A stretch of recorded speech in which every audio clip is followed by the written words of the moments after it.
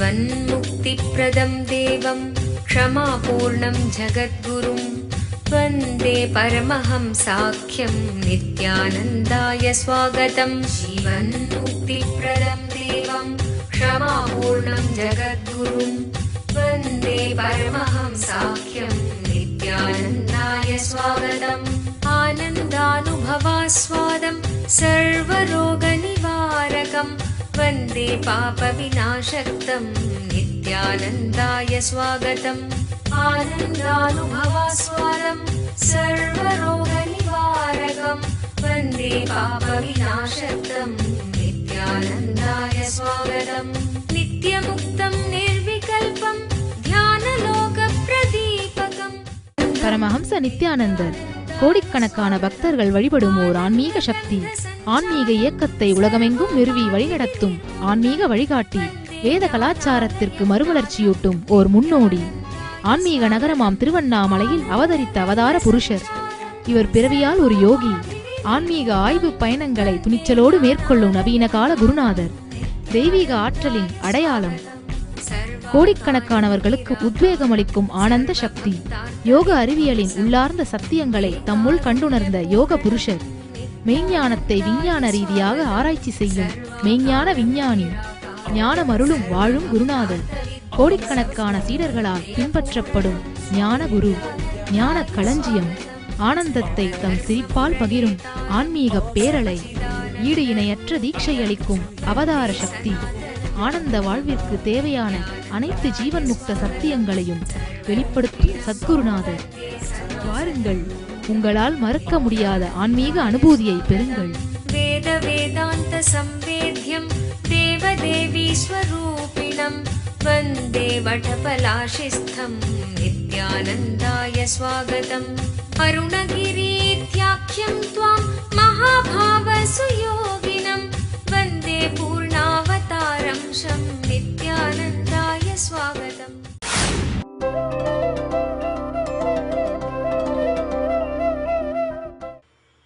நமக்குள் பொங்குகின்ற, நமக்குள் மாறிக்கொண்டே இருக்கின்ற, நமக்குள் நிலையற்ற தன்மையை ஏற்படுத்துகின்ற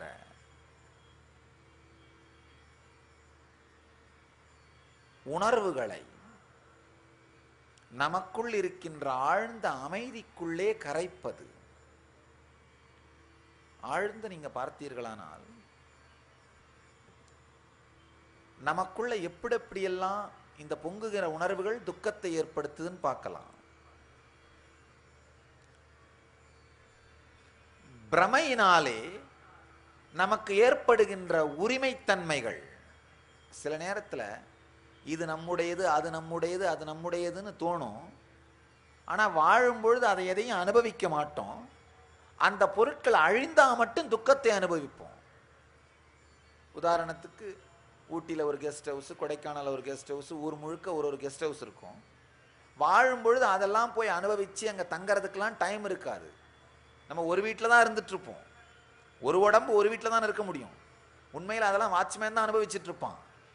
வாழும்பொழுது அதெல்லாம் அனுபவிக்க மாட்டோம். ஆனால் ஏதாவது ஒரு வீட்டுக்கு ஏதாவது ஆயிடுச்சுன்னா அதனால் வருகிற துக்கத்தை அனுபவிப்போம். பிரமையினாலே வருகிற உரிமை நிஜமா அதனால எந்த சுகமும் வந்திருக்காது. அந்த சொத்தாலோ அந்த பொருளாலோ அந்த நபராலோ எந்த சுகமும் வந்திருக்காது. ஆனால் அதுக்கு ஏற்படுற அழிவினாலே துக்கம் மட்டும் வரும். நம்முடைய மன அமைப்பு இப்படித்தான். சுகத்தை அளிக்காமல் துக்கத்தை மட்டும் அளிக்கக்கூடிய உரிமைத்தன்மை தான் பிரமையாலே வந்த உரிமை. டெல்யூடட் ஓனர்ஷிப், டெல்யூஷனால வந்த ஓனர்ஷிப். நம்ம வாழ்க்கையில டெல்யூஷனால வந்த ஓனர்ஷிப், பிரமையாலே வந்த உரிமைத்தன்மையாலே எல்லா துக்கங்களையும் துறந்து விடுவது சரணாகதி. இந்த பிரமையால வர உரிமையால வர துக்கங்கள் உண்மையிலேயே நீங்க எதை அனுபவிப்பீர்களோ, எதை வைத்து வாழுகின்றீர்களோ அதை துறப்பது சரணாகதி அல்ல. ஆனா பிரமையான ஒரு மன உணர்வுனால, மனமயக்கத்தினால வருகின்ற துக்கங்களை துறந்து விடுவது. ஆழ்ந்து பார்த்தோமானால் நம்முடைய பிரச்சனை தோல்வி இல்லை, தோல்வி வந்துருமோன்ற பயம். உண்மையில் நேரடியாக தோல்வி வரும்பொழுது கூட அதை ஏற்றுக்கொள்வதற்கு தயாராகி விடுகின்றோம். ஆனால் அது வந்துருமோ வந்துருமோ வந்துருமோ அப்படிங்கிற பயம், ஆங்ஸைட்டி, அதுதான் நம்மை ஆழமான துக்கத்திற்குள் ஆளாக்குகின்றது, ஆழமான வேதனைக்குள் எடுத்துச் செல்ல வைக்கின்றது. ரொம்ப அழகா ஒரு ஞானி சொல்வாரு, ஃப்ரீடம் ஃப்ரம் த நோன், நமக்கு தெரிந்தவைகள் எல்லாவற்றிலிருந்தும் விடுதலை அடைவது. தெரிந்தவைகளை வைத்துதான் தொடர்ந்த ஆங்ஸைட்டி நமக்குள்ள நடந்துகிட்டே இருக்கு. ஓம் நமோ பகவதே ருத்ராய யாசயிஷு சிவதமா சிவம் பபூவ தேதலோஹ சிவசரவ்யாய தவதயா நோ ருத்ரமிருடய யாதே ருத்ர சிவா தனோர கோர பாவக. வாழும் ஞானி பரமஹம்ச நித்யானந்தர் வழங்கும் கல்பத்தரு முழுநாள் தியான அனுபவ முகாம். கல்பத்தருவில் நீங்கள் பெறும் உடல் நலம், வாழும் ஞானியிடம் நீங்கள் பெறும் தீட்சை உங்களின் உடலிற்கும் மனதிற்கும் சக்தியளித்து குணமளிக்கின்றது. தொடர்ந்து பெறும் தீட்சைகளால் ஒரு மனிதருக்குள் 1300% வரை சக்தி அதிகரிக்க முடியும். இது உடல் நலத்தை நேரடியாக அதிகரிக்கின்றது. தொடர்ந்து 21 நாட்கள் எடுத்துக்கொள்ளும் தீட்சை மேற்சொன்ன சக்தி மாற்றங்களை உங்களுக்குள் நிலையான அனுபவமாக மாற்றுகின்றது. பெங்களூரு ஆசிரமத்தில் வாரந்தோறும் சனி மற்றும் ஞாயிற்றுக்கிழமைகளில் கல்பத்துரு தியான முகாம் நடைபெறுகின்றது. மேலும் விவரங்களுக்கு நித்யானந்த தியான பீடம், நித்யானந்த நகர், ஆஃப் மைசூர் ரோட், பிடதி, பெங்களூர். தொடர்பு கொள்ள வேண்டிய தொலைபேசி எண்கள் 7200003311, 7200003322, www.nityananda.org.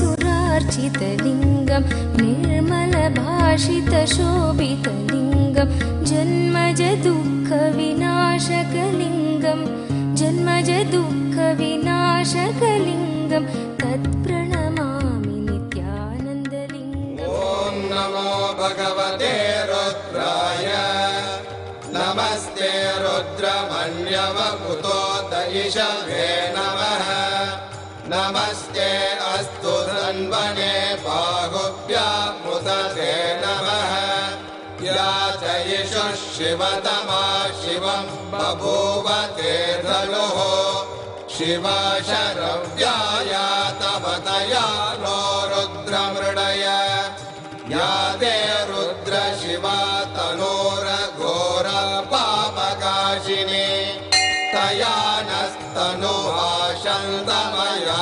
गिरिशन्ताभिजागशीः या विशृङ्गिरिशन्तहस्ते विभष्ट्यस्तवे शिवाङ्गिरित्रतां गुरु माहि पुंसेः पुरुषं जगते शिवेन वचसा त्वा गिरिशाच्छा वदामसि यथा नः सर्वमिज्जगदयक्ष्मगुं सुमना असत् अद्य वोचदधिभक्ता प्रथमो दैव्यो वृषगे अहीगश्च सर्वान् जम्बयन् सर्वाश्च यातुत्राण्यः असौ यस्ताम्रो अरुणपुत भभ्रस्सु मङ्गलः ये चेमागुं रुद्र अभितो दिक्षु श्रुता सहस्रशो वै शागुं भेडयीमहे असव्यो वसर्पति नीलग्रीवो विलोहितः उदैनं गोपा எப்பேற்பட்ட துக்கம் வந்தாலும் இது நிலையாக இருக்கப் போவதில்லை. அப்படின்னு அதை ஆனந்தமாகவும் எடுத்துக்கொள்ளலாம். மாறிக்கொண்டே இருக்க போவதனால், நிலையாக இருக்க போவதில்லை என்பதனால் அதை நாம் ஆனந்தமாகவும் எடுத்துக்கொள்ளலாம். பரமஹம்ச நித்யானந்தரின் ஆழ்ந்த ஆன்மீக கருத்துக்கள். எந்த பக்கத்தை திறந்தாலும் உங்களின் அன்றாட பிரச்சனைகளுக்கான நேரடி தீர்வுகள். 26 மொழிகளில் ஆழ்ந்த ஆன்மீக கருத்துக்கள் நிறைந்த 200க்கும் மேற்பட்ட புத்தகங்கள். மேலும் 8000 மணி நேரத்திற்கு மேல் பரமஹம்ச நித்யானந்தர் ஆற்றிய சொற்பொழிவுகள் CD மற்றும் DVDக்களாக கிடைக்கின்றன. உங்களின் எல்லாவிதமான பிரச்சனைகளுக்கான நேரடி தீர்வுகளை பார்த்து கேட்டு படித்து பயனடையுங்கள். புத்தகங்கள் கிடைக்குமிடம் நித்யானந்த தியானபீடம், நித்யானந்தபுரி, கிரிவலப்பாதை, திருவண்ணாமலை 606604 www.nithyananda.org. தொடர்பு கொள்ள வேண்டிய தொலைபேசி எண்கள் 7200003311, 7200003322, www.ngalleria.com. கொஞ்சம் ஆழ்ந்து நம்ம மனசை பார்த்தோம்னா, ஒரு சுனாமி அடிச்சு உயரதுக்குள்ளேயே இன்னொரு உணர்வு சுனாமி அடிக்கும். இந்த உணர்ச்சி சுனாமி அடிச்சு உயரதுக்குள்ளேயே 3வது உணர்ச்சி சுனாமி அடிக்கும். உணர்ச்சி சுனாமிகளுக்கு நடுவிலே சிக்கிதான் நம்முடைய வாழ்க்கை நடக்கின்றது.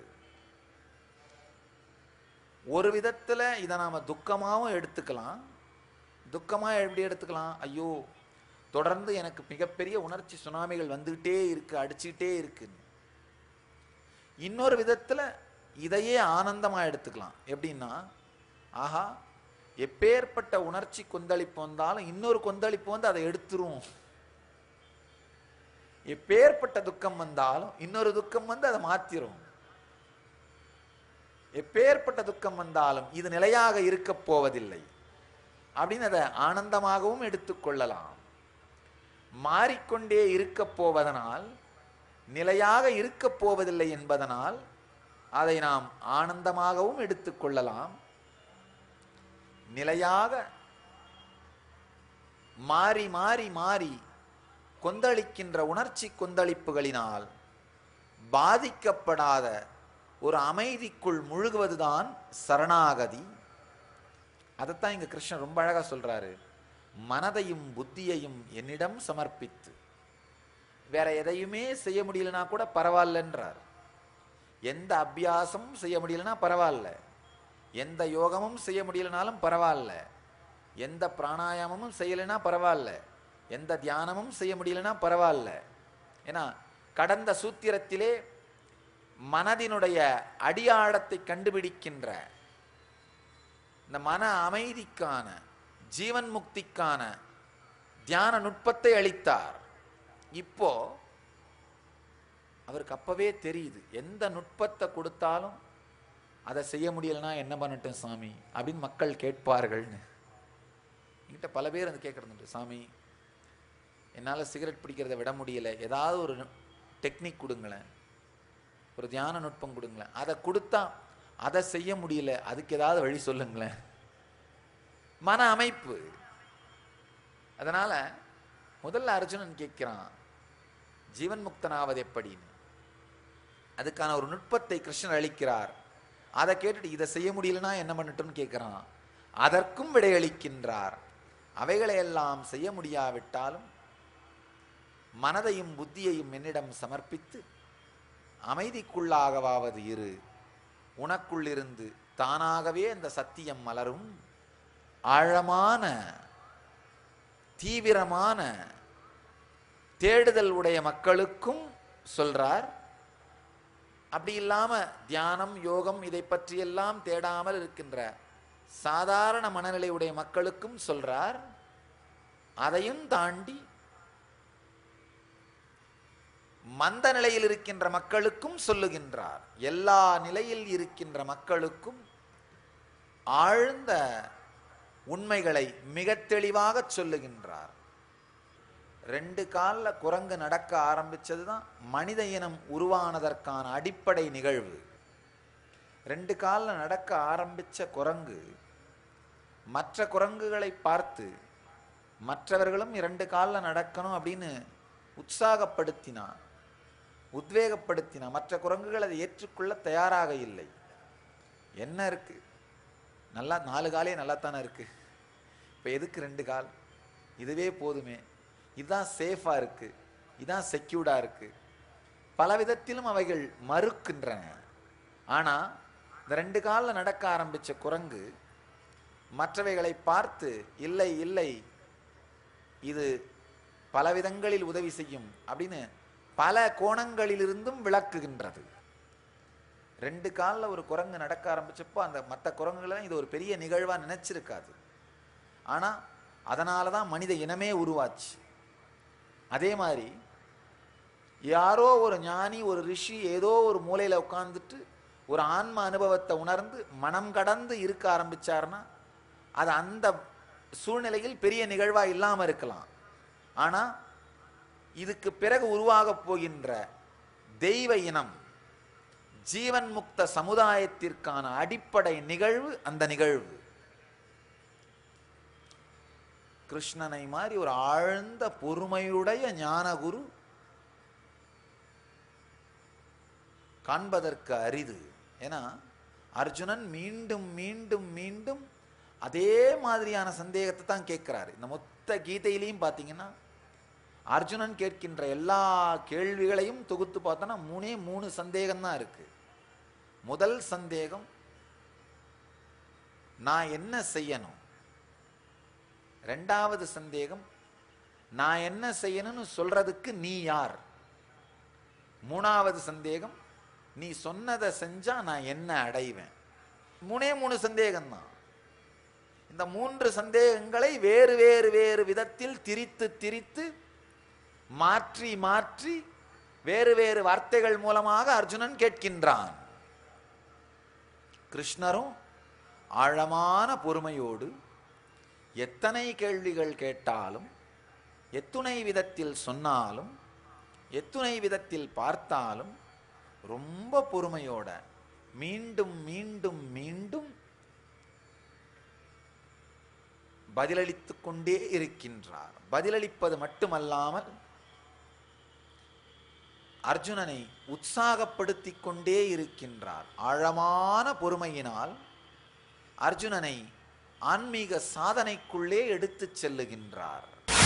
பல்வேறு முறைகளின் மூலமாகவும் கருத்தாகவும் தியான நுட்பமாகவும் உற்சாகப்படுத்துகின்ற உரைகளாகவும் சத்தியங்களாகவும் கிருஷ்ணன் மீண்டும் மீண்டும் தூண்டுகின்றார். வாழும் ஞானி பரமஹம்ச நித்யானந்தர் நேரடியாக நடத்தும் நித்யானந்த ஸ்புரண தியான அனுபவ முகாம் NSP-ஆல் நீங்கள் பெறும் உடனடி பலன்கள்: உடல் சக்தி அதிகரிப்பு, தீராத நோய்களிலிருந்து உடனடி விடுதலை, மன அழுத்தம் மற்றும் மனச்சோர்விலிருந்து உடனடி விடுதலை, கவலை, தூக்கமின்மை மற்றும் கர்ம வினைகளிலிருந்து உடனடி விடுதலை, உறவுகளில் இனிமை, செல்வச் செழிப்பு மற்றும் பொருளாதார மேம்பாட்டை தரும் மன அமைப்பை உருவாக்கும் தியான முறைகள். மேலும் NSP-யில் வாழும் ஞானியிடமிருந்து நீங்கள் பெறும் தீட்சையினால் உங்களுக்குள் இருக்கும் தெய்வீக ஆற்றலான குண்டலினி சக்தி உயிர்ப்பிக்கப்படுகின்றது. தீட்சையினால் உங்களுக்குள் இருக்கும் மைட்டோகாண்ட்ரியா செல் சக்தி 1300% வரை அதிகரிக்கிறது. இது கேன்சர் போன்ற தீராத வியாதிகள் வருவதையே தடுக்கிறது என்று மருத்துவ ரீதியாக ஆராய்ச்சி செய்து நிரூபிக்கப்பட்டுள்ளது. உங்கள் வாழ்விலும் இந்த பலன்களை அனுபவமாக உணர நித்யானந்த ஸ்புரணா தியான முகாம் ஒரு அரும்பெரும் வாய்ப்பு. முன்பதிவிற்கு 7200003311 7200003322 0417523766. நடைபெறும் நாள் ஜனவரி மாதம் 25, 26, 27, 28, 2012. இடம் துளுவ வேளாளர் கல்யாண மண்டபம், கடம்பராயன் தெரு, திருவண்ணாமலை 606601. நம்முடைய வாழ்க்கையிலே மனதை கடந்து வாழ முடியும் அப்படிங்கிற சத்தியத்தை பல்வேறு கோணங்களிலிருந்தும் பல்வேறு முறைகளின் மூலமாகவும் கருத்தாகவும் தியான நுட்பமாகவும் உற்சாகப்படுத்துகின்ற உரைகளாகவும் சத்தியங்களாகவும் கிருஷ்ணன் மீண்டும் மீண்டும் தூண்டுகின்றார். ஆழ்ந்து புரிந்து கொள்ளுங்கள். வாழ்க்கையின் போக்கை ஏற்றுக்கொள்வது ஏமாளித்தனம் கிடையாது, அது முட்டாள்தனமும் கிடையாது. மாற்ற வேண்டியவைகளை மாற்றுகின்ற சக்தி, மாற்ற முடியாதவைகளை ஏற்றுக்கொள்ளும் புத்தி. மாற்ற வேண்டியவைகளை கிருஷ்ணர் சொன்னாலும் சொல்லலினாலும் நீங்க மாற்றி தான் தீருவீங்க, அதுல ஒன்றும் சந்தேகம் இல்லை. ஆனா மாற்ற முடியாதவைகளோடு போரிடும் பொழுது ஏற்படுகிற துக்கத்தை தவிருங்கள். மாற்ற முடியாதவைகளோடு போரிடும் பொழுது ஏற்படுகிற துக்கம் உங்க வாழ்க்கையில நீங்க பார்க்கலாம். எல்லா துக்கமுமே மாற்ற முடியாதவைகளோடு நீங்கள் போரிடும் பொழுது ஏற்படுவது, அல்லது மாற்ற முடியாதவைகளை மாற்ற முயற்சிக்கும் பொழுது பொங்குவது, அதுதான் துக்கம். இங்க அந்த துக்கத்தை ஏற்படுத்தி கொள்ளாமல் ஒரு லைட்டான ஒரு பீயிங்கா வாழ்க்கையோடு இனிமையோடு இயங்குகின்ற, சுலபமாக இயங்குகின்ற, சாதாரணமாக இயங்குகின்ற, சகஜமாக வாழுகின்ற ஒரு தன்மையை வாழ்க்கைக்கு கொண்டு வாருங்கள்னு சொல்றார். பல சத்தியங்களை அடுக்கடுக்காக எம்பெருமான் விளக்குகின்றார். வாழும் ஞானி பரமஹம்ச நித்யானந்தரின் 35வது அவதார பெருநாள் விழா ஆன்மீக நகரமாம் திருவண்ணாமலையில் டிசம்பர் 20, 2011 அன்று வாழும் ஞானி பரமஹம்ச நித்யானந்தரின் 35வது அவதார பெருநாள் விழா வெகு விமரிசையாக கொண்டாடப்படுகிறது. அவதார பெருநாள் விழா அன்று பரமஹம்ச நித்யானந்தர் அண்ணாமலையார் திருக்கோயில் வளம் மற்றும் அன்று மாலை பரமஹம்ச நித்யானந்தர் தெய்வீகத்தின் வெற்றி எனும் தலைப்பில் அவதார திருநாள் சிறப்பு தியான சற்சங்கம். எங்கெல்லாம் நீங்கள் வாழ்கிறீர்களோ அங்கெல்லாம் உங்களுடைய ஜீவன் முக்தியின் பலம், உங்களுடைய ஆன்ம பலம், ஸ்திரத்தன்மை, தெளிவு, வாழ்க்கையை நோக்கி எதிர்கொள்ளும் துணிச்சல், இதற்கெல்லாம் அப்பாற்பட்டு தெய்வீக ஸ்ரத்தை, இவை உங்கள் வாழ்க்கையின் ஒளியாக இருக்க பிணிகளை எல்லாம் தீர்க்கும் பெரும் சக்தி வாய்ந்த மகா ருத்ரஹோமம், ருத்ராபிஷேகம் மற்றும் ருத்ர ஜபம் நடைபெறவிருக்கிறது.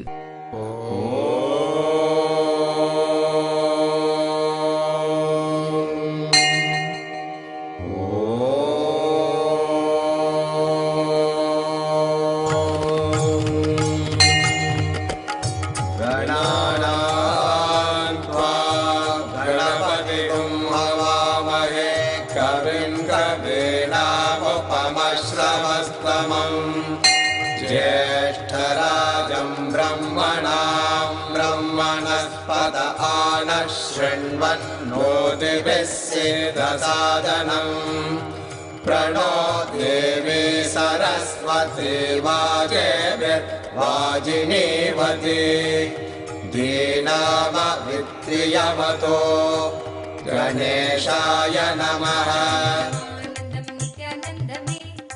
வாழும் அவதார புருஷரின் அவதார திருநாள் பெருவிழாவில் கலந்து கொண்டு ஆசீர்வாதத்தை பெற உங்கள் அனைவரையும் அன்போடு அழைக்கிறோம். நடைபெறும் இடம் நித்யானந்த தியான பீடம், நித்யானந்தபுரி, கிரிவலப்பாதை, திருவண்ணாமலை. தொலைபேசி எண்கள் 72003311 மற்றும் 7200003322.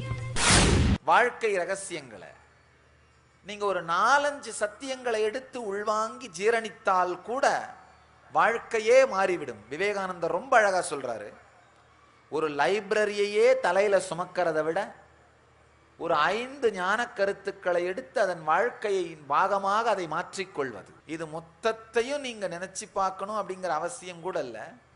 இந்த ஒரு 4-5 கருத்துக்களை வைத்து அவைகளை ஜீரணித்து உங்கள் வாழ்க்கையோடு அதை கலந்து விடுவது, உங்கள் முடிவெடுக்கின்ற புத்தியின் பாகமாக இதை மாற்றி விடுவது. நீங்க எந்த முடிவெடுக்கிறதுக்கு முன்னாடியும் உங்கள் புத்தி சில விஷயங்கள் ஆராயும். இது என்னால முடியுமா, எனக்கு இதுக்கு சக்தி இருக்கா, எனக்கு இது சரியா, எனக்கு இது முறையா அப்படின்னு யோசிக்கும். அந்த புத்தியின் பாகமாக இந்த சத்தியங்களை மாற்றிக்கொள்ளுங்கள். முதல் சத்தியம், மனதிற்குள்ளே இருக்கின்ற உங்கள் செயல்களை பற்றிய கருத்துக்களை துறந்து விடுங்கள். அப்படின்னா உங்கள் செயல்களாலே நீங்க வச்சிருக்கிற உங்களை பற்றிய குற்ற உணர்வு, உங்கள் செயல்களாலே உங்களை பற்றி நீங்க வச்சிருக்கிற பெருமிதம், உங்கள் செயல்களாலே உங்களை பற்றி நீங்க வச்சிருக்கிற சரியான அல்லது தவறான கருத்துக்கள். நாம கேட்கலாம், இந்த குற்ற உணர்ச்சியை விட்டுட்டா என் வாழ்க்கையை நான் எப்படி சாமி மேம்படுத்திக்கிறது? குற்ற உணர்வாலே உங்கள் வாழ்க்கையை நீங்கள் மேம்படுத்தி கொள்ள முடியாது. பெருமிதத்தாலே உங்கள் வாழ்க்கையில் புதிய புதிய விஷயங்களை உங்களால் உருவாக்க முடியாது. குற்ற உணர்வு, பெருமிதம் இரண்டுமே துக்கத்தில்தான் உங்களை கரைக்கும். உங்கள் எல்லோரையும் நித்யானந்தத்தில் நிறைந்து, நித்யானந்தத்தில் மலர்ந்து, நித்யானந்தத்தில் கரைந்து, நித்யானந்தமாகிட ஆசீர்வதிக்கின்றேன். நன்றி. ஆனந்தமாக இருங்கள். நித்யானந்த தியானபீடம், நித்யானந்தபுரி ஆஃப் மைசூர் ரோடு, விடுதி, பெங்களூர். 9742203311 08027202084.